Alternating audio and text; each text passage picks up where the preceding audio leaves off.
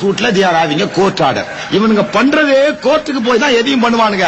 சாபானு வழக்குலையும் கோர்ட்டுக்கு தான் போனானுங்க, பசுமாடு வழக்குலையும் கோர்ட்டுக்கு தான் போனானுங்க, பாபர் நமாஸையும் கோர்ட்டுக்கு தான் கொண்டு போனாங்க, குரானை தடை செய்யணும் கோர்ட்டுக்கு தான் போனானுங்க. ஏன்னு கேட்டா இவன் ஜாதி ஆள் பூரா அங்க வச்சிருக்கான். சுப்ரீம் கோர்ட் ஜட்ஜில இருந்து இந்திய ஜனாதிபதி இருந்து அம்முட்டு எடுத்தீங்கன்னா பாப்பானா தான் இருக்கான். அவன் ஒரே அடி அவனை தூக்கி போட்டு மிதிச்சா தான் அவன் பயப்படுறான். வெளியே தீர்ப்பு எழுதி நீ வெளியே வந்தீங்கன்னா அருவாள்ல வெட்டுவோம்டா சொல்லி உக்காண்டா அவன் வெளியே வாரத்துல ஒழுக்கமா எழுதுறான் தீர்ப்ப.